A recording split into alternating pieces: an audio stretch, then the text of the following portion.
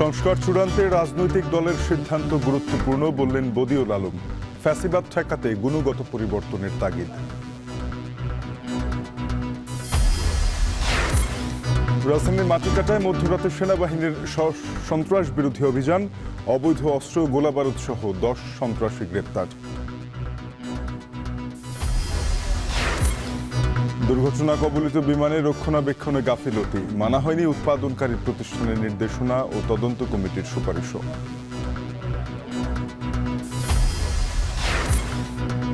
প্রকৃতিতে চলছে মধুমাস জ্যৈষ্ঠ, বাজারে মৌসুমি ফলের সমাহার। আড়তে ফলের সরবরাহ বাড়লেও দাম কিছুটা বেশি।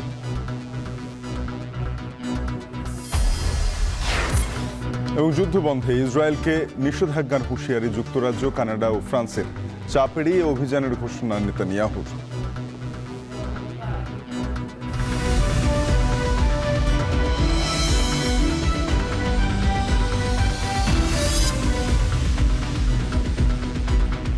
স্বাগত এখন বাণিজ্যে। পুরো আয়োজনে আপনাদের সাথে আছি তানজিম শাফিন।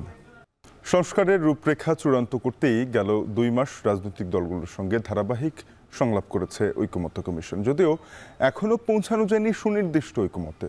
এখন প্রশ্ন, তাহলে কতটুকু অগ্রগতি হলো প্রথম ধাপের সংলাপে? কমিশন সদস্য বদিউল আলম মজুমদার এখন টেলিভিশনকে দেওয়া সাক্ষাৎকারে বলেন, সংস্কার চূড়ান্ত করতে রাজনৈতিক দলের সিদ্ধান্তই গুরুত্বপূর্ণ। আরও বলেন, এমন কিছু সংস্কার আনা দরকার যাতে নির্বাচনী অঙ্গন থেকে দুর্নীতি ও টাকার খেলা বন্ধ হয়ে যায়। দেখুন মিয়া আমিরুলের প্রতিবেদন। 24-এর গণঅভ্যুত্থানের মধ্য দিয়ে যে গণ আকাঙ্ক্ষা তৈরি হয়েছে তার রূপরেখা চূড়ান্ত করতেই 20 মার্চ থেকে দেশের রাজনৈতিক দলগুলোর সঙ্গে বৈঠক করছে জাতীয় ঐকমত্য কমিশন। জুলাই ঘোষণাপত্র তৈরিতে প্রায় 2 মাসে আলোচনা হয়েছে 30টির বেশি রাজনৈতিক দল ও জোটের সঙ্গে। 6টি সংস্কার কমিশনের 166টি প্রস্তাবনা নিয়ে কয়েক দফা মতামত তুলে ধরেছে বিএনপি, জামাত, এনসিপি সহ বিভিন্ন রাজনৈতিক দল। তাতে যেমন অনেক সুপারিশ নিয়ে ঐকমত্য হয়েছে, তেমনি মতভেদ রয়েছে অনেক বিষয়ে। এখন প্রশ্ন, তাহলে কতটুকু অগ্রগতি হলো প্রথম ধাপের ধারাবাহিক সংলাপে? এখন টেলিভিশনকে দেওয়া একান্ত সাক্ষাৎকারে জাতীয় ঐকমত্য কমিশনের সদস্য বদিউল আলম মজুমদার বললেন, সংস্কারের চূড়ান্ত রূপরেখা নিয়ে এখনো বলার সময় আসেনি। এক্ষেত্রে রাজনৈতিক দলের সিদ্ধান্তই গুরুত্বপূর্ণ বলে মত তার। তিনি আশা করছেন ভবিষ্যৎ রাজনীতিতে স্বৈরাচার বা প্যাসিবাদের মতো ব্যবস্থা ঠেকানোর বিষয়টি মাথায় রেখেই মতামত রাখছে রাজনৈতিক দলগুলো। আমার তো মনে হয় এটা বলটা বহুলাংশে রাজনৈতিক দলের কোর্টে। তারা যদি সংস্কারগুলো, কারণ সংস্কারগুলো গুরুত্বপূর্ণ, সংস্কারগুলো করলেই আমরা ভবিষ্যতে আমরা স্বৈরাচারকে ঠেকাতে পারবো। তো রাজনৈতিক দলগুলো রাজি হয়ে যায়, তাহলে তো দ্রুতই আমাদের যে সকল পরিবর্তন, আইন কানুন বিধিবিধানের পরিবর্তন প্রয়োজন সেগুলো করা যাবে এবং দ্রুত নির্বাচনী রোডম্যাপ ঘোষণার পথ প্রশস্ত হবে। বদিউল আলম মজুমদার বলেন, সংস্কারের মাধ্যমে গুণগত পরিবর্তন ছাড়া রাষ্ট্রের বিভিন্ন প্রতিষ্ঠান স্বৈরাচারের পুনরাবৃত্তি হতে পারে। শহীদদের রক্তের সাথে বিশ্বাসঘাতকতার মতো এমন কিছু যেন না হয়, সেদিকে খেয়াল রাখা জরুরি বলে মনে করেন তিনি। মুগ্ধদের, আবু সাঈদের রক্তের দাগ কিন্তু এখনো পুরোপুরি মুছে যায়নি। আমরা তাদের রক্তের সাথে বিশ্বাসঘাতকতা করতে চাই না। আমরা যাতে স্বৈরাচার আবার ফিরে না আসতে পারে, সেই জন্য যা কিছু করণীয় আমরা তা করব। রাজনৈতিক দলগুলো একমত হলে দ্রুতই প্রয়োজনীয় আইন কানুন পরিবর্তন করে নির্বাচনী রোডম্যাপ ঘোষণার পথ প্রশস্ত হবে বলেও মত জাতীয় ঐকমত্য কমিশনের এই সদস্যের। এ বিষয়ে সরকার আন্তরিক বলে দাবি করেন তিনি। নাগরিক সমাজ আরও শক্তিশালী হয়, কার্যকর হয়, যাতে তারা অতন্দ্র প্রহরীর ভূমিকা পালন করতে পারে। আমাদের যে ক্ষমতার ভারসাম্য রক্ষা করা দরকার। তো এই কতগুলো ক্ষেত্রে তো পরিবর্তন না আসলে আমরা কিন্তু সেই ঝুঁকি থেকে যাই। আমরা যেটা গত 15-16 বছরে ঘটেছে তার পুনরাবৃত্তি হওয়ার সম্ভাবনা থেকে যায়। এ সময় তিনি বলেন, সংবিধানে এমন কিছু সংস্কার আনা দরকার যাতে নির্বাচনী অঙ্গন থেকে দুর্নীতি ও টাকার খেলা বন্ধ করা যায়। এছাড়াও নির্বাচনকালীন নিরপেক্ষ সরকার ব্যবস্থা সহ ক্ষমতার ভারসাম্য রক্ষার উপরেও জোর দেন তিনি। মিয়া আমিরুল, এখন, ঢাকা। নিরাপদে বিমানের BG-446 ফ্লাইটটি অবতরণ করিয়ে পাইলট ক্রুরা যখন প্রশংসায় ভাসছেন, তখন প্রশ্ন উঠেছে উড়োজাহাজটির রক্ষণাবেক্ষণ নিয়ে।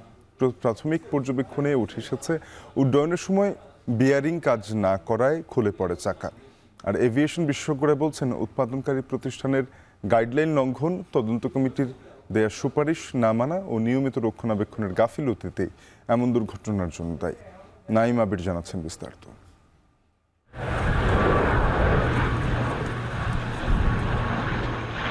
গেল ১৬ মে কক্সবাজার বিমানবন্দর থেকে ঢাকাগামী বিমানের BG436 ফ্লাইটটির উড্ডয়নের সময় চাকা খুলে পড়ে যায়। ঘটনাটি কক্সবাজার বিমানবন্দরের টাওয়ার থেকে ক্যাপ্টেনকে জানানো হলে তিনি ঢাকায় ল্যান্ড করবার সিদ্ধান্ত নেন। প্রায় ৫০ মিনিটের উৎকণ্ঠা কাটিয়ে পাইলটের দক্ষতায় ৭৫ আরোহী সহ নিরাপদেই ঢাকায় অবতরণ করে BG436। এই ঘটনায় পাইলট সহ ক্রুরা প্রশংসায় ভাসলেও প্রশ্ন উঠেছে বিমানের ইঞ্জিনিয়ারিং বিভাগ নিয়ে।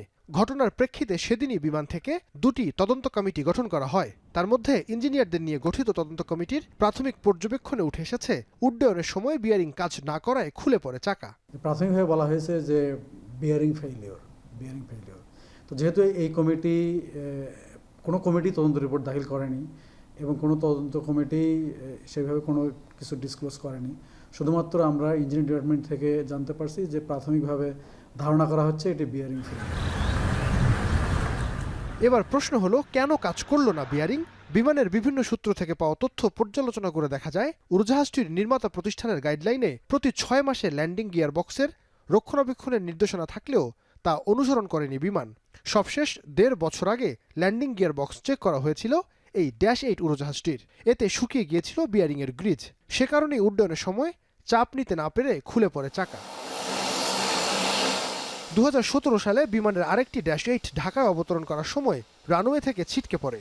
সেবারও তদন্ত কমিটির প্রতিবেদনে উঠে আসে ল্যান্ডিং গিয়ারের বিয়ারিংয়ের ত্রুটির বিষয়টি। ঘটনার পুনরাবৃত্তি রোধে সে সময়ে তদন্ত কমিটি -8 ল্যান্ডিং গিয়ার নিয়মিত রক্ষণাবেক্ষণে 7টি সুপারিশ দিয়েছিল, কিন্তু গেল 8 বছরেও সুপারিশগুলো আমলে না নেওয়ার অভিযোগ আছে বিমানের উপর।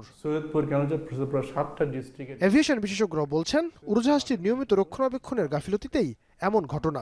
সেটা অবশ্যই ইঞ্জিনিয়ারিং বিভাগ বা রক্ষণাবেক্ষণ বিভাগের গাফিলতি। তারা যে প্রতিদিন যে কাজগুলো করে বা যে রুটিন চেকগুলো আছে বা পিরিয়ডিক যে চেকগুলো আছে সেগুলো তারা দেখেন নাই। একটা জিনিস খেয়াল করে দেখবেন যে ইঞ্জিন যে চাকাটা পড়ে গেছে এটা ভিতর দিকের চাকা, তো মনে হয় ভিতর দিকের চাকার দিকে তো খেয়ালটা কম ছিল, বাইরেই ফিজিক্যাল ইন্সপেকশনটা বেশি ছিল। তো এইটা হতে পারে, খুব বেশি একটা তো লক্ষ্য কেউ করেনি, খেয়াল করেনি। তার মত, এই ঘটনায় লঙ্ঘন হয়েছে উড়োজাহাজ উৎপাদনকারী প্রতিষ্ঠানের গাইডলাইনও। বিমানে জবাবদিহিতার অভাবে এমন ঘটনা বারবার ঘটছে। অ্যাকচুয়ালি প্রত্যেকটা এয়ারলাইন্সে তারা এসবি পাঠায়, স্পেশাল বুলেটিন পাঠায়, সার্ভিস বুলেটিন পাঠায়। সেই বুলেটিন অনুযায়ী তাদের কাজ করতে হবে। মেনটেন্যান্সের কিছু নিয়ম আছে, সেই নিয়মগুলো ফলো করতে হবে। এখন যদি বিমান না ফলো করে, না কাজটা করে সাইন করে দেয়, তাহলে তো ওরা প্রত্যেকে দায়ী এই ব্যাপারে।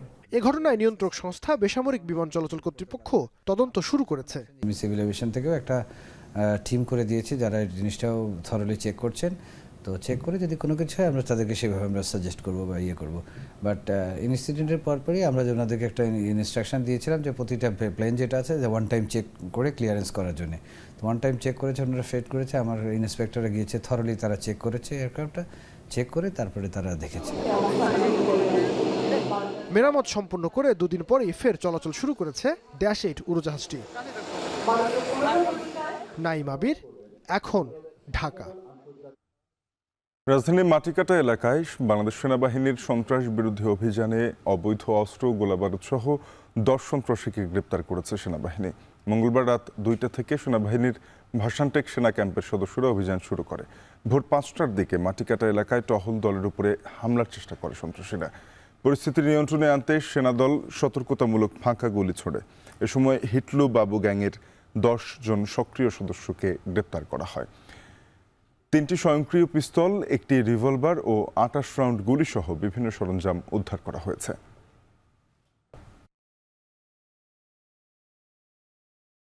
বৈষম্যবিরোধী ছাত্র আন্দোলনের পরিচয় দেয়া একদল শিক্ষার্থীকে আটক করেছে পুলিশ। মঙ্গলবার মধ্যরাতে হাক্কানি পাবলিশার্সের প্রকাশকের ধানমন্ডির বাসায় ঘেরাও করে বৈষম্যবিরোধী ছাত্র আন্দোলনের কয়েকজন শিক্ষার্থী। তারা গত সরকারের আমলে ছাপানো ফ্যাসিস্ট সরকারের পক্ষে লেখা ছাপানোর অভিযোগে হাক্কানি পাবলিশার্সের প্রকাশককে গ্রেপ্তারের দাবি জানান। এ নিয়ে এক পর্যায়ে পুলিশের সাথে বাগবিতণ্ডায় জড়িয়ে পড়েন শিক্ষার্থীরা। পরে কথা কাটাকাটির জেরে বৈষম্য বিরোধী ছাত্র আন্দোলনের পরিচয় দেওয়া শিক্ষার্থীদের আটক করে ধানমন্ডি থানায় নিয়ে যায় পুলিশ।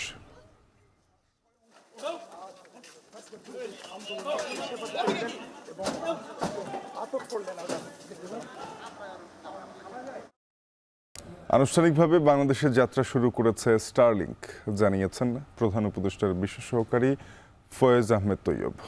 মঙ্গলবার সকালে সামাজিক যোগাযোগ মাধ্যম ফেসবুকে দেয়া এক পোস্টে ফয়েজ আহমেদ তৈয়ব বলেন, গতকাল বিকেলে স্টারলিংক ফোন করে বিষয়টি জানিয়েছে। এ নিয়ে আজ এক্স হ্যান্ডলে এক পোস্টে স্টারলিংক জানায়, স্টারলিংক রেসিডেন্স ও রেসিডেন্স লাইট নামে দুটি প্যাকেজ আজ থেকে চালু হয়েছে। মাসিক খরচ একটিতে ৬,০০০ টাকা, অপরটিতে ৪,২০০ টাকা। তবে সেটআপ যন্ত্রপাতির জন্য ৪৭,০০০ টাকা এককালীন খরচ হবে। দুটি প্যাকেজেই ৩০০ Mbps পর্যন্ত গতির আনলিমিটেড ডেটা ব্যবহার করতে পারবেন গ্রাহকরা। কে রাখে কার কথা? প্রকল্পের মেয়াদ পার হলেও কাজ শেষ হয়নি, বরং মেয়াদ বেড়েছে আরও ২ বছর। এতে করে ভোগান্তি থেকে নিস্তার মিলছে না স্থানীয় বাসিন্দা ও যাত্রীদের। যদিও কর্তৃপক্ষের সেই পুরনো আশ্বাস, নতুন নির্ধারিত সময়ে কাজ শেষ হবে। এই হচ্ছে সিলেটের বাঁধঘাট থেকে এয়ারপোর্ট পর্যন্ত ৪ লেন সড়কের নির্মাণ কাজের সবশেষ অবস্থা। গুরুত্বপূর্ণ এই সড়কের কাজের ধরন, ভোগান্তি আর ধীরগতি নিয়ে প্রতিবেদন করেছেন গুলজার আহমেদ। নির্মাণাধীন সড়কের পাশে মজুত রাখা নির্মাণ সামগ্রী, কোনো অংশে আবার কাজ চলছে। এছাড়াও খোঁড়াখুড়ি আর ধুলার যন্ত্রণা মিলিয়ে বাধাঘাট থেকে এয়ারপোর্ট সড়ক যেন দুর্ভোগের আরেক নাম। সিলেট শহরের যানজট কমাতে এবং স্থানীয়ভাবে পর্যটন ও যোগাযোগ ব্যবস্থা উন্নতিকরণের জন্যই মূলত সিলেট বাধাঘাট এয়ারপোর্ট সড়ক ৪ লেনের কাজ শুরু হয়েছিল। ইতিমধ্যে প্রকল্পের মেয়াদ ২ বছর শেষে আরও ১ বছর সময় অতিবাহিত হয়েছে, কিন্তু এখনও শেষ হয়নি পুরোপুরি কাজ। এর ফলে অনেকটাই হতাশ হয়ে পড়েছেন স্থানীয় বাসিন্দারা। শুধুমাত্র রাস্তাত মানুষের ভোগান্তি, বেমার, রুগিলিয়া আইতে পারে না, এই যাইতে একটা রুগিলিয়াও আইতে পারে না, বুঝছেন। বিশেষ করে ছাত্র এবং ছাত্রীরা যাতায়াতের খুব বেশি সমস্যা। রাস্তা তো কাজ হয়েছে না, কিছু কাজ হয়েছে, আনুষ্ঠানিক কালবাট কয়টা হয়েছে, বাদ বাকি কাজ বন্ধ। এই ভোগান্তিটা এমন যানজট লাগে, যানজট যারে হয় আর এই কাজটা শেষ হয়ে যেত, এগুলো গাড়ি যাতায়াত দূর হয়ে যেত, আমরা কোনো কষ্ট হইল না। প্রতিদিন এই রাস্তা দিয়ে চলাচল করে হাজার হাজার মানুষ, কিন্তু উন্নয়ন কাজের ধীরগতি প্রশ্ন তুলেছে বাস্তবায়নের দায় নিয়ে। অনেকেরই অভিযোগ এখনো পাননি জমি অধিগ্রহণের টাকা। পাশাপাশি রাস্তা বাস্তবায়নকারী প্রতিষ্ঠানের ধীরগতিতে কাজ করার কারণেই ভোগান্তিতে তারা। আমারও তো জায়গা ফাঁসকে আর গেছে, কিন্তু আমি একটা নোটিশ পাইছি, আর কোনো নোটিশও পাইছি না। অথচ এরপরও রাস্তা উঠে মাটি উঠে পালাইবার অর্ডার দিছি, বাজও দিছি। আগর রাস্তায় নিচে কি আও একবারও হইলাম না, অহংকুর রাস্তায় গিয়ে আও একবারও নাই। ও আমরা রাস্তাটা আগলাই রাখছি, আমরা গ্রামে ও রাস্তা আমরা একবার হইয়া রাস্তা দিব। মানুষের দুর্ভোগ লাগবে, এই সড়কটি দ্রুত যাতে কাজ শেষ হয়, আমরা সেই দাবি জানাচ্ছি। সিলেট ওসমানী বিমানবন্দরের সাথে সুনামগঞ্জ, মৌলভীবাজার ও হবিগঞ্জ জেলার যানজটমুক্ত নিরবিচ্ছিন্ন সড়ক যোগাযোগ স্থাপন সহ সিলেটের ভোলাগঞ্জ হতে চলাচলকারী ট্রাক ও অন্যান্য ভারী যানবাহনের জন্য বিকল্প সড়ক হিসেবে এই প্রকল্প শুরু হয়েছিল ২০২২ সালের জানুয়ারিতে। ২০২৪ সালের জুনের মধ্যে সম্পন্ন হওয়ার কথা থাকলেও তা না হওয়ার পেছনে নানা জটিলতা তৈরি হলেও সড়ক ও জনপথ বিভাগ জানিয়েছে ২০২৬ সালের মধ্যেই শেষ হবে পুরো কাজ। ভূমি অধিগ্রহণটা সম্পন্ন হতে আরও কিছু সময়ের প্রয়োজন হচ্ছে। তো এই পর্যায়ে আমাদের প্রকল্পটা ২০২৬ জুন পর্যন্ত সময়বৃদ্ধি করা হয়েছে এবং আশা করছি ২০২৪ জুনের মাঝে আমাদের ভূমি অধিগ্রহণটা সম্পন্ন হবে এবং এই সময়ের মাঝে আমাদের প্রকল্পটা কাজটা সম্পন্ন হবে। বাধাঘাট এয়ারপোর্ট ৪ লেন সড়কটির গুরুত্ব কেবল সিলেট শহরবাসীর জন্যই নয়, এই সড়কের দুরবস্থা প্রভাব ফেলেছে পুরো অঞ্চলের উপর। তাই সড়কের কাজ দ্রুত শেষ করে জনদুর্ভোগ দূর করার জোর দাবি স্থানীয়দের। গুলজার আহমেদ, এখন সিলেট। বিএনপি নেতা ইশরাক হোসেনকে মেয়র হিসেবে দ্রুত দায়িত্ব বুঝিয়ে দেওয়ার দাবিতে নগর ভবনের সামনে ৭ম দিনের মতো চলছে বিক্ষোভ ও দ্বিতীয় দিনের ব্লকেড কর্মসূচি। সেখানে আছেন সহকর্মী সিউল আহমেদ, যুক্ত হব তার সাথে। সিউল, জানাবেন ব্লকেড কর্মসূচির সবশেষ কি অবস্থা, আন্দোলনকারীরা কি বলছেন?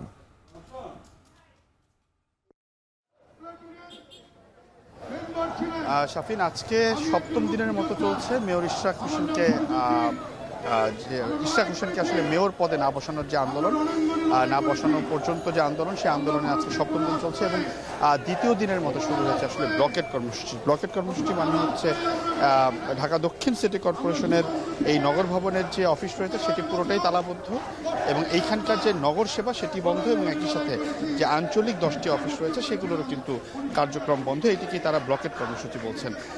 আজকে সকাল 10টা বাজে এটি শুরু হয়েছে এবং এখন কিন্তু তারা স্টেজ করেছে এবং এইখানে রাজধানীর বিভিন্ন দক্ষিণ সিটি কর্পোরেশনের যেই ওয়ার্ডগুলো রয়েছে সেখানকার যে বিএনপির যে অঙ্গ সংগঠনগুলো রয়েছে তারা কিন্তু আজকে অফিসিয়ালি আসা শুরু করেছেন। এতদিন আমরা দেখছিলাম যে তারা ঢাকাবাসীর ব্যানারে আসলে এই আন্দোলন কিংবা এই বিক্ষোভ তারা চালাচ্ছিলেন, তবে আজকে আমরা দেখলাম যে বিভিন্ন ওয়ার্ডের যারা কৃষক দল, শ্রমিক দল কিংবা যুব দল সদস্যরা আছেন তারা কিন্তু আজকে এখানে এসেছেন এবং তাদের যে দাবি সে দাবি হচ্ছে যে ইশরাক হোসেনকে আসলে মেয়র পদে শপথ করানো হচ্ছে না এবং সেটির জন্য তারা দায়ী করছেন উপদেষ্টা আসিফ মাহমুদকে, যিনি আসলে স্থানীয় সরকার ও পল্লী উন্নয়ন মন্ত্রণালয়ের উপদেষ্টা হিসেবে আছেন এবং তারা বলছেন যে আসলে আইন অনুযায়ী যে রায় হয়েছে কিংবা যেই গ্যাজেট প্রকাশ হয়েছে নির্বাচন কমিশন থেকে তার পরিপ্রেক্ষিতে তারা আসলে এটিকে বিলম্বিত করছেন এবং বিলম্বিত করার পিছনে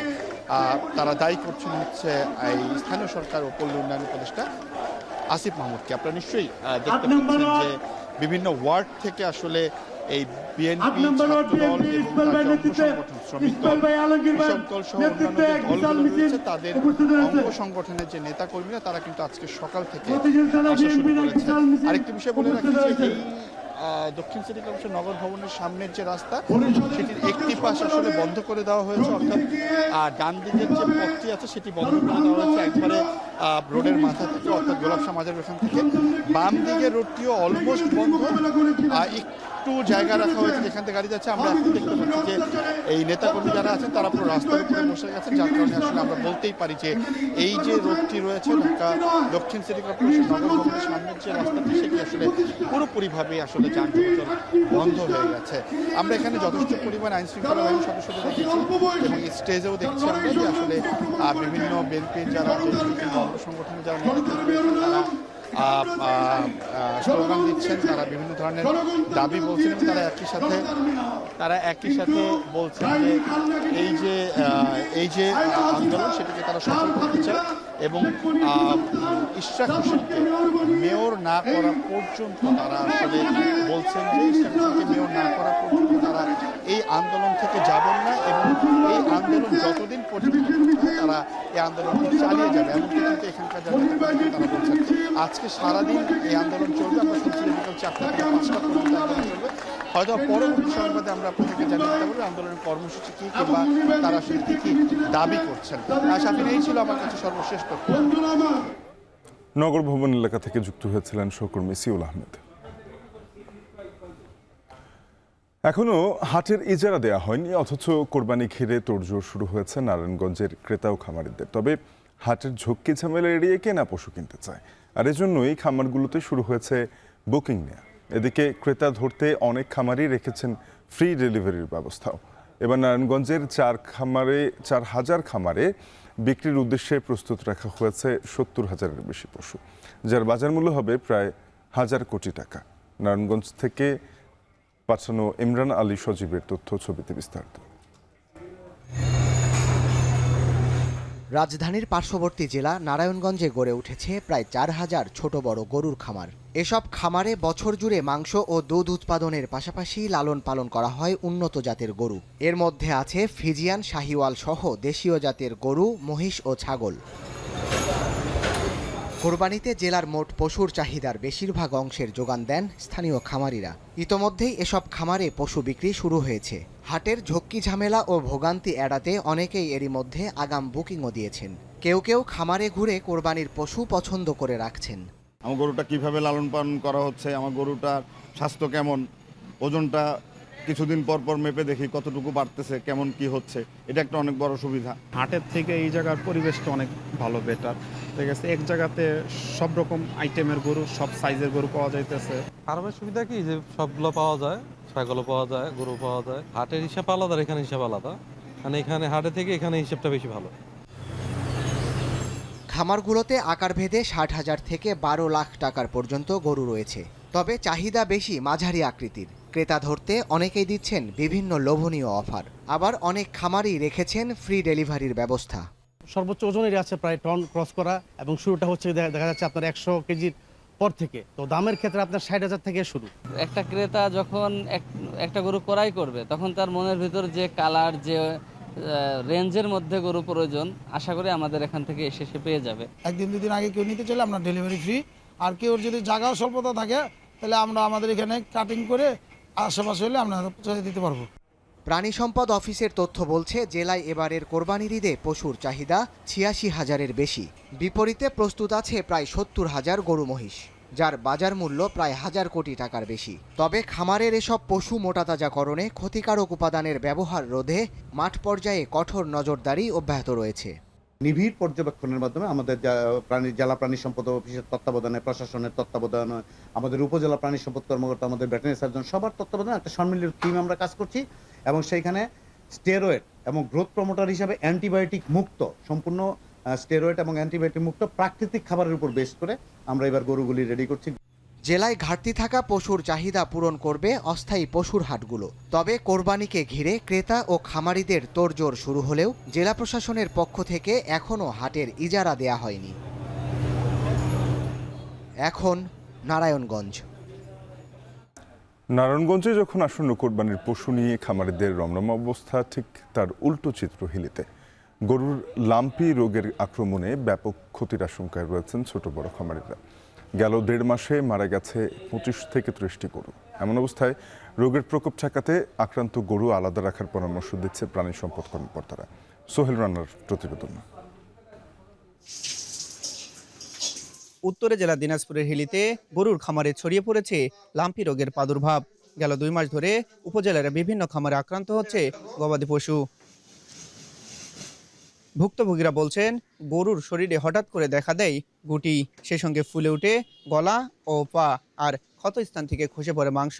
তেমন কোনো প্রতিষেধক না থাকায় গেল 1.5 মাসে আক্রান্ত হয়েছে 500 থেকে 700টি গরু। এছাড়া মারা গেছে অন্তত 25 থেকে 30টি। কুরবানি ঈদের আগে এই রোগের আক্রমণে ব্যাপক ক্ষতির আশঙ্কায় ছোট বড় খামারিরা। কুরবানির ঈদ আসছে, এটাকে নিয়ে আমাদের অনেক স্বপ্ন থাকে, আশা থাকে, কিন্তু স্কিন ডিজিজ একটা নতুন আসছে নাকি, কি বলে লাম্পি। এই লাম্পির জন্য আমরা খুব অত্যন্ত ক্ষতিগ্রস্ত বর্তমান। কুরবানির জন্য প্রস্তুত করতেছিলাম আর কি। তো ল্যাম্পি হওয়ার কারণে হসপিটাল থেকে নিয়ে এসে ট্রিটমেন্টও করছি, ভ্যাকসিনও দিছি, কিন্তু বাঁচাতে পারিনি। গাই বাছুর ছিল, গাইটা মারা গেছে দাদা। মারা যাওয়ার পরে এখন আমার তো সম্বল সবই শেষ। গরু 2টা ছিল বাবা, একটা তো অভাবে বেঁচেছে আর একটা লিম্পো হয়ে মারা গেছে। আমি তো এখন খুব নিঃস্ব। গরু যেন সুস্থ থাকে, আমাদের পাশে ডাক্তার আছে, ডাক্তার তো হেল্প করবে। ডাক্তার কোনো ওষুধ দেয় না। এই যে লাম্পি ধরেছে, ডাক্তারকে ডাকলে আসলেই খালি টাকা। যদিও উপজেলা প্রাণী সম্পদ অফিসের কাগজে কলমে লাম্পি রোগে মারা যাওয়ার গরুর সংখ্যা মাত্র 2টি আর আক্রান্তের সংখ্যা 150, তবে সংক্রমণ রোধে গোয়ালঘরে মশামাছি নিয়ন্ত্রণের পাশাপাশি আক্রান্ত গরু আলাদা রাখার পরামর্শ দিচ্ছেন কর্মকর্তারা।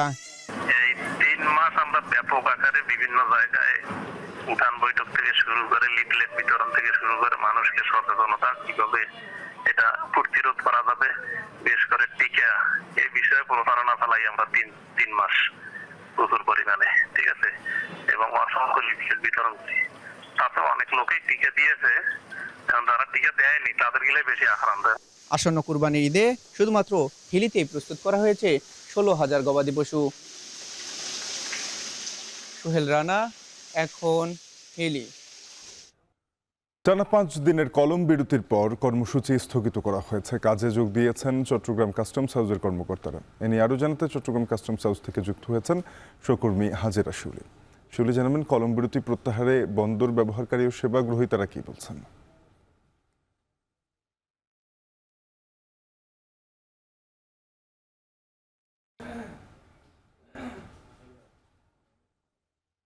কর্মসূচির পর আজ থেকে কাজে ফিরেছেন চট্টগ্রাম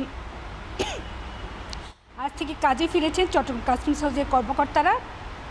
তবে সকাল 10:30 বাজলো, এখনও কিন্তু সবাই এসে উপস্থিত হননি। তবে সিএনএফ এজেন্টরা কিন্তু এসেছেন, যেহেতু তাদের অনেক কাজগুলো বাকি পড়ে আছে এবং চট্টগ্রাম বন্দর দিয়ে যত ধরনের পণ্য আমদানি রফতানি হয় সবগুলো শুল্কায়ন হয় কিন্তু চট্টগ্রাম কাস্টমস হাউসে, এবং সে কারণে কিন্তু এখানে কাজের চাপও বেশি থাকে এবং প্রতিদিন প্রায় 7 থেকে 7,500 আমদানি ও রফতানি চালানের বিল অফ নথি এখানে দাখিল করা হয় এবং গড়ে প্রতিদিন প্রায় 200 থেকে 280 কোটি টাকা রাজস্ব আয় হয় এই চট্টগ্রাম কাস্টমস হাউসের মাধ্যমে।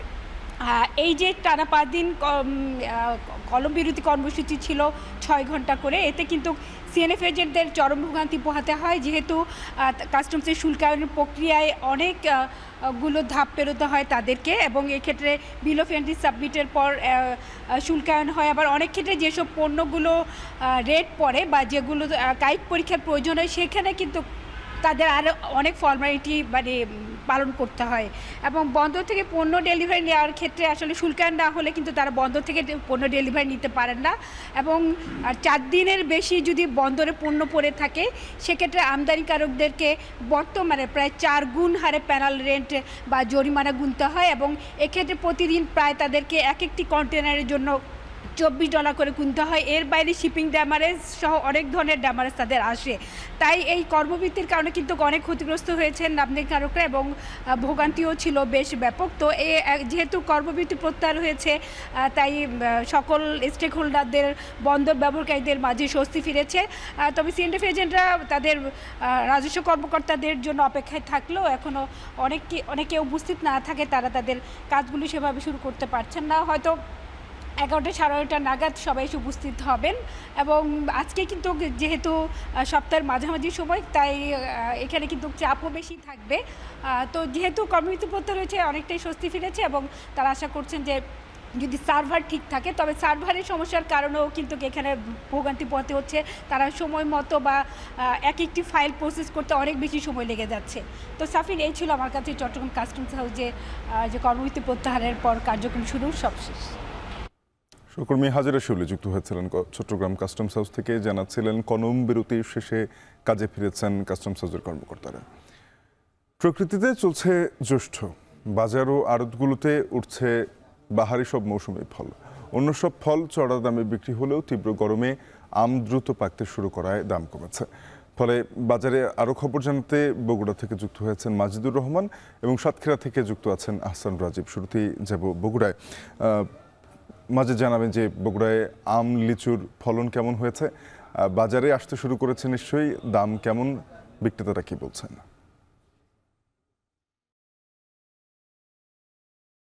আপনি জানেন যে মধুমাস শুরু হয়েছে এবং মধুমাস শুরুতে কিন্তু দেশীয় ফলের যে সরবরাহ সেটা কিন্তু বাড়তে থাকে।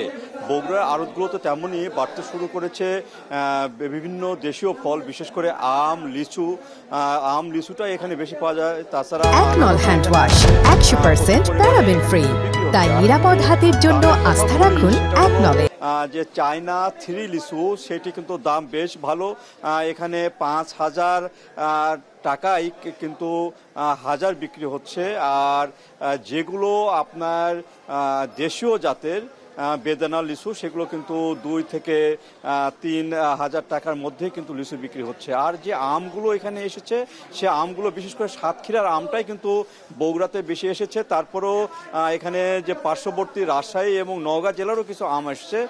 বিশেষ করে এখানে যে আমগুলো পাওয়া যাচ্ছে সেটি হলো খিরসাপাত, যেটা বলা হয় হিমসাগর, গোবিন্দ, এই টাইপের যে আমগুলো আসছে সে আমগুলো, গোপালভোগ, এই আমগুলো কিন্তু বিক্রি হচ্ছে 2,000 থেকে 4,000 টাকা মন পর্যন্ত। আর এখানে যেটি 42 কেজিতে এখানে মন ধরা হচ্ছে। এখানে যারা ছোট ছোট ব্যবসায়ীরা এখান থেকে আম কিনছেন, বিশেষ করে আড়তগুলো থেকে, সেখানে কিন্তু তারা 42 কেজি ধরে কিন্তু মন নিচ্ছেন এবং এই দামে কিন্তু তারা আমগুলো কিনছেন। এবং এই আমগুলো বাজারে কিন্তু আরও বেশি দামে বিক্রি হচ্ছে, বিশেষ করে 70 টাকা 80 টাকা কেজিতে কিন্তু আম বিক্রি হচ্ছে, কোনো জায়গায় আবার 40-50 টাকা কেজিতে আম বিক্রি হচ্ছে। এখানে জাত ভেদে এবং মিষ্টি সুস্বাদু এগুলো ভেদে কিন্তু দরদাম হয়ে থাকে। এবং লিচুর যে সেটি হলো বড় ছোট, বিশেষ করে চায়না লিচুটা এখানে বেশ বড়। এই লিচুটি কিন্তু আসে এখানে দিনাজপুর থেকে, দিনাজপুরে প্রচুর পরিমাণে এবার লিচু হয়েছে। তাছাড়া আমের ফলনও কিন্তু পার্শ্ববর্তী নওগাঁ এবং রাজশাহী, সাতক্ষীরা এগুলোতে বেশ ভালো হয়েছে। ফলে যে আমের সরবরাহ দিনকে দিন বাড়ছে এবং আরও সরবরাহ বাড়লেও কিন্তু দামটা অনেকটা কমে আসবে বলে এখানকার ব্যবসায়ীরা মনে করছেন। তবে বর্তমানে যে দাম রয়েছে সেই দামে কিন্তু ক্রেতারা মোটামুটি সন্তুষ্ট, এবং আরও যদি দাম কম হয়ে যায় তাহলে আরও তাদের জন্য ভালো হয় বলে তারা জানিয়েছেন। এবং এ বাদে সবেদা যেখানে দেশীয় ফল সেটি 140 টাকা কেজিতে কিন্তু বিক্রি হচ্ছে পাইকারি দর। এইভাবে কিন্তু বেচা কিনা চলছে বগুড়া এই আড়তগুলোতে। আরও কিছুদিন পরে দাম আরও কমবে। তো এই ছিল সাফিন আমার কাছে বগুড়া আড়তগুলো থেকে দাম দর নিয়ে সর্বশেষ। সাতক্ষীরায় যাব, রাজীব জানাবেন সাতক্ষীরায় এখন কোন কোন জাতের আমগুলো বাজারে উঠেছে, দাম কেমন, বিক্রেতারা কি বলছেন, লাভের আশা থাকছে কিনা চাষিরা? সাতক্ষীরার সুলতানপুর বড় বাজারে এখন প্রচুর পরিমাণে আম কিন্তু আসছে। বিশেষ করে হিমসাগর জাতের যে আমটি রয়েছে সেটি কিন্তু এখন পাড়া শুরু করেছেন এখানকার চাষিরা। একই সাথে একযোগে তারা বাজারে নিয়ে আসেন। এখানে জেলা প্রশাসনের পক্ষ থেকে কিন্তু জেলা প্রশাসনের যে নির্দেশনা ছিল আম ক্যালেন্ডার, সেই আম ক্যালেন্ডার অনুযায়ী গত 15 তারিখ থেকে কিন্তু মূলত আমটি পাড়া শুরু হয়েছে। এবং এখানে তারা প্রথম পর্যায়ে 20 মে থেকে আম পাড়ার জন্য অনুমতি দিয়েছিলেন, কিন্তু পরবর্তীতে অতিরিক্ত গরমে আম পেকে যাওয়ার কারণে কিন্তু গাছ থেকে চাষিরা কিন্তু আগে আম পাড়তে শুরু করেন। এই জন্য তারিখটি আগিয়ে কিন্তু 15 তারিখ থেকে কিন্তু এই আমটি পাড়ার অনুমতি দেওয়া হয় এবং 15 তারিখ থেকে বাজারে হিমসাগর জাতের আমটি আসতে শুরু করে। তবে হঠাৎ করে কয়েকদিন আগে পরপর কয়েকটি ঝড়ের কারণে কিন্তু গাছ থেকে আম পড়ে গেছে এবং একযোগে এই আমগুলো বাজারে আসার কারণে আমের দাম অর্ধেকে নেমেছে বলে জানিয়েছেন চাষিরা। এখানে প্রতি মন আম আজকে এখানে বিক্রি হচ্ছে সর্বনিম্ন 1500 টাকা থেকে সর্বোচ্চ 2200 টাকা প্রতি মন আম কিন্তু বিক্রি হচ্ছে, যেটি কয়েকদিন আগেও এখানে 2500 টাকা থেকে 2300, 2400, 2500 টাকা পর্যন্ত মন তারা বিক্রি করেছিলেন। সেটি কিছুটা দাম কমে গেছে এবং অন্যান্য সময় কিন্তু এই আমের দাম 3000 টাকার উপরে থাকে। সেই আমটি এবছর অতিরিক্ত উৎপাদন হওয়া এবং একই সাথে হঠাৎ করে একযোগে বাজারে আম আসার কারণে কিন্তু বাজারে দাম পড়ে গেছে এমনটি বলছেন ব্যবসায়ীরা। তবে চাষিদের অভিযোগ ভিন্ন। তারা বলছেন যে এখানে বাজারে যারা ব্যবসায়ী রয়েছে তাদের একটি চক্র বা এখানে সিন্ডিকেট করে আসলে আমটি কেনা হচ্ছে, যার কারণে তারা বাধ্য হয়ে কম দামে আমটি বিক্রি করছেন। এবং এখানকার চাষিরা কিন্তু যে পরিমাণ টাকা খরচ করে বাগান প্রস্তুত করেছিলেন, বাজার পরিচর্যা করেছিলেন, সেই টাকায় তারা উঠাতে পারছেন না, এমনটি তারা অভিযোগ করেছেন। এখানে সর্বনিম্ন কিন্তু 1500 টাকা, মাত্র 1500 টাকা মন হিসেবে তাদেরকে এই আমগুলো বিক্রি করতে হচ্ছে এবং সর্বোচ্চ ভালো কোয়ালিটির যে আমগুলো রয়েছে সেগুলো 2200 টাকা পর্যন্ত বিক্রি হচ্ছে। মূলত এখানে আম সংরক্ষণের কোনো ব্যবস্থা নেই এবং আম যখন পাকা শুরু হয় গাছ থেকে কিন্তু একযোগে আম পাকা শুরু হয় এবং এই পাকা আম যখন তারা রাখতে পারেন না এবং আমটি কিন্তু তারা সংরক্ষণের কোনো ব্যবস্থা না থাকায় মূলত বাধ্য হয়েই কম দামে তারা বিক্রি করছেন। যে পরিমাণ অর্থ তারা ব্যয় করেন প্রতি বছর এই বাগানগুলোর পিছনে এবং যে পরিমাণ টাকা তারা এখানে ইনভেস্ট করেন সেটি আসলে তারা তুলতে পারছে না, এমন অভিযোগটি তারা করেছেন। তবে যদি আগামীতে প্রাকৃতিক দুর্যোগ না আসে তবে কিছুদিন পরে যখন আমের সরবরাহ বাজারে কিছুটা কমবে তখন আবার দাম বাড়তে পারে, এমনটি তারা বলছেন। বর্তমানে এখানে হিমসাগর, ল্যাংড়া এই দুটি জাতের আম বেশি পাওয়া যাচ্ছে। আগামীতে আম্রপালি আম আসবে আগামী কয়েকদিন পর, তখনও কিন্তু বাজার আরো জমজমাট হবে বলে আমাদেরকে বলছেন এখানকার ব্যবসায়ীরা। তো সব মিলে সাতক্ষীরার বাজারে আমের দাম বেশ কমেই বিক্রি হচ্ছে, এতে ক্রেতারা খুশি হলেও চাষিরা কিন্তু আসলে লোকসানের মুখে পড়ছেন। তো সব মিলে এই ছিল আমার কাছে সাতক্ষীরার আমবাজার থেকে সবশেষ তথ্য। শাফিন। সহকর্মী আসন রাজীব সাতক্ষীরা থেকে। এর আগে বগুড়া থেকে মাজিদুর রহমান যুক্ত হয়ে জানাচ্ছিলেন ফলের সরবরাহের বাজারজাতকরণের খবর। রাজুকের বিরুদ্ধে স্বেচ্ছাচারিতা, দুর্নীতি ও ড্যাপ সংশোধনের দাবিতে রাজুক ভবন ঘেরাও কর্মসূচি পালন করছে Dhaka city land owners association. সেখানে আছেন সহকর্মী মশিউর অনেক, যুক্ত হবো তার সাথে। অনেক, ভূমি মালিকরা ড্যাপে কি ধরনের সংশোধন চাইছেন আর কি কি দাবি জানাচ্ছেন, বিস্তারিত জানাবেন।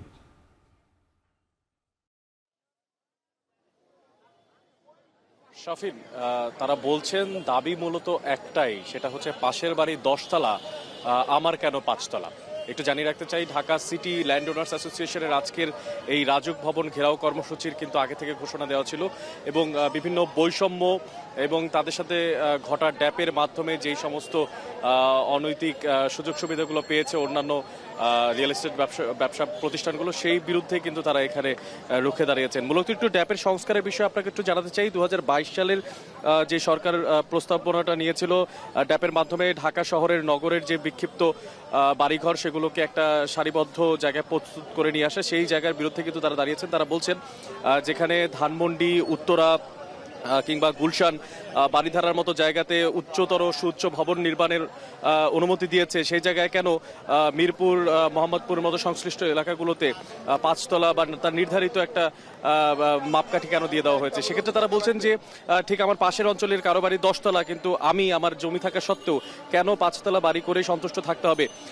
এই সমস্ত দাবিগুলো কিন্তু তারা জানাচ্ছেন এবং তার পাশাপাশি জনস্বার্থ বিরোধী ড্যাপের কথা যেমন বলছেন, তেমনি ঢাকা শহরের রাস্তা সর্বনিম্ন 20 ফুট হওয়া চাই, সেই সমস্ত দাবিগুলো তারা আনছেন। এছাড়াও পরিবেশের অজুহাতে তারা বলছেন যে কোনো বৈষম্য চলবে না, কারণ এই যে ড্যাপ করা হয়েছিল বা ড্যাপের যেই কর্মপরিকল্পনাগুলো রাখা হয়েছিল সেগুলো কিন্তু পরিবেশকে বিবেচনা করে, বিশেষ করে ঢাকা শহরের যে পরিবেশ, সেই পরিবেশটাকে বিবেচনা করে করা হয়েছিল। এছাড়াও এর আগে ঠিক ড্যাপ গ্রহণ করার আগেই কিন্তু ইমারত নির্মাণ বিধিমালা 2008 কিন্তু কার্যকর ছিল, সেইটাই তারা পুনর্বহালের কথা বলছেন। এবং সেক্ষেত্রে যেটা হবে যে যার যেই জায়গা, সেই জায়গার ভূমি পরিমাপ করে যতটুকু ভবন সে করতে চায় তার ইচ্ছে মতো কিন্তু তারা সেই ভূমি কিন্তু সেই ভবন কিন্তু তারা নির্মাণ করতে পারবেন।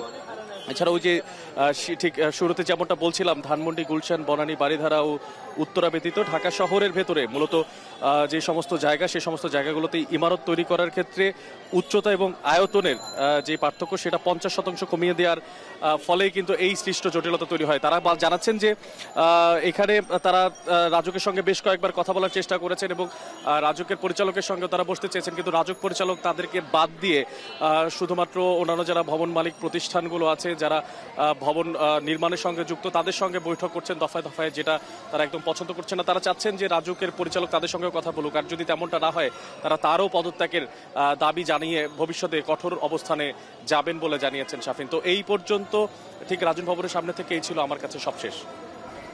বিভিন্ন দাবিতে রাজুক ভবন ঘেরাও করেছে Dhaka city land owners association, সেখান থেকে সবশেষ জানাচ্ছিলেন মশিউর অনিক। এবার দেশের বাইরের খবর। গাজায় যুদ্ধ বন্ধ করতে ইসরায়েলকে নিষেধাজ্ঞার হুঁশিয়ারি দিয়েছে যুক্তরাজ্য, কানাডা ও ফ্রান্স। একই সঙ্গে উপত্যকাটিতে মানবিক সহায়তা প্রবেশেও ইসরায়েলকে চাপ দিচ্ছে এই 3 দেশ। তবে আন্তর্জাতিক সব চাপ উপেক্ষা করে গাজায় অভিযান চালিয়ে যাওয়ার ঘোষণা দিয়েছেন ইসরায়েলি প্রধানমন্ত্রী বেনিয়ামিন নেতানিয়াহু। যদিও প্রায় 2.5 মাস পর গাজায় 9 ট্রাক জরুরি ত্রাণ প্রবেশ করেছে। অবরুদ্ধ গাজায় সীমিত পরিসরে এই খাদ্য সহায়তাকে মহাসমুদ্রে 1 ফোঁটা পানি বলে দাবি করেছে জাতিসংঘ, কারণ সেখানে প্রতিদিন গড়ে 500 ট্রাক খাদ্য সহায়তা প্রয়োজন। এদিকে উপত্যকাটির দক্ষিণাঞ্চলের খান ইউনিস শহরে ইসরায়েলের বোমা হামলায় নিহতের সংখ্যা বেড়ে দাঁড়িয়েছে 84 জনে। ইসরায়েলের নারকীয় তাণ্ডবের জেরে শুধুমাত্র গত 4 দিনে গাজায় 1 লাখ ফিলিস্তিনি বাস্তুচ্যুত হয়েছে বলে দাবি জাতিসংঘের।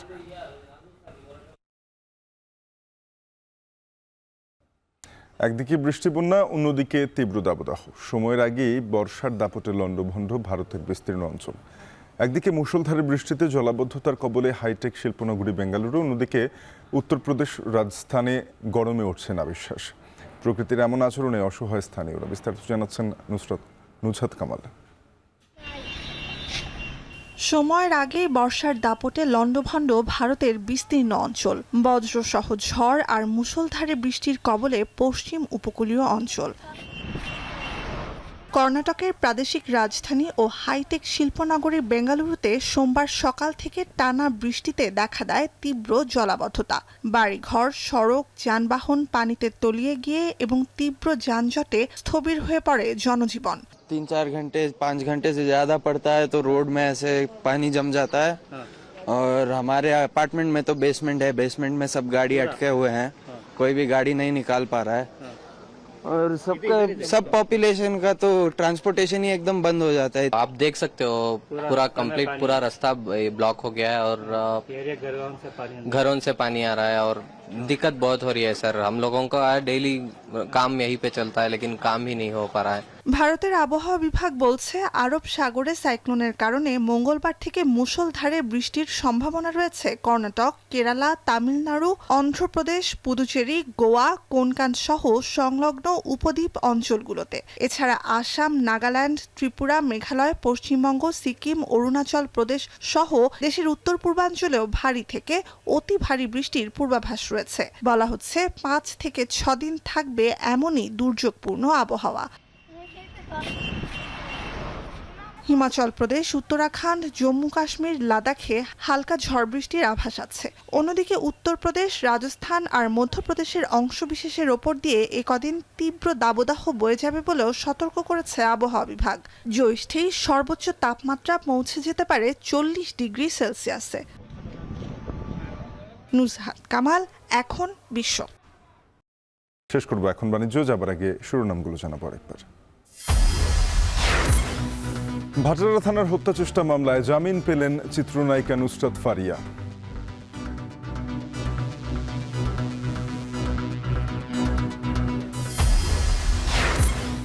সংস্কার চূড়ান্তে রাজনৈতিক দলের সিদ্ধান্তই গুরুত্বপূর্ণ বললেন বদিউল আলম। ফ্যাসিবাদ ঠেকাতে গুণগত পরিবর্তনের তাগিদ।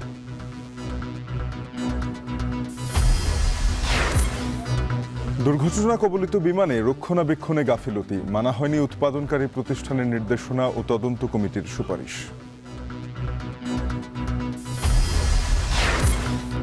শক্তিতে চলছে মধুমাস জ্যৈষ্ঠ, বাজারে মৌসুমি ফলের সমাহার, আড়তে ফলের সরবরাহ বাড়লেও দাম কিছুটা বেশি।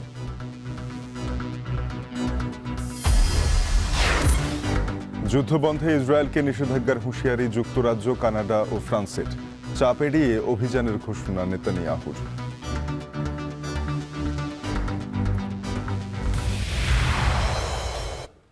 এ ছিল এখন বাণিজ্যে। এখন টেলিভিশনের ওয়েবসাইট দেখতে ভিজিট করুন www.এখন.tv। যুক্ত থাকুন ফেসবুকে facebook.com/tv.এখন এবং ইউটিউবে দেখতে ভিজিট করুন youtube.com/c/এখন TV।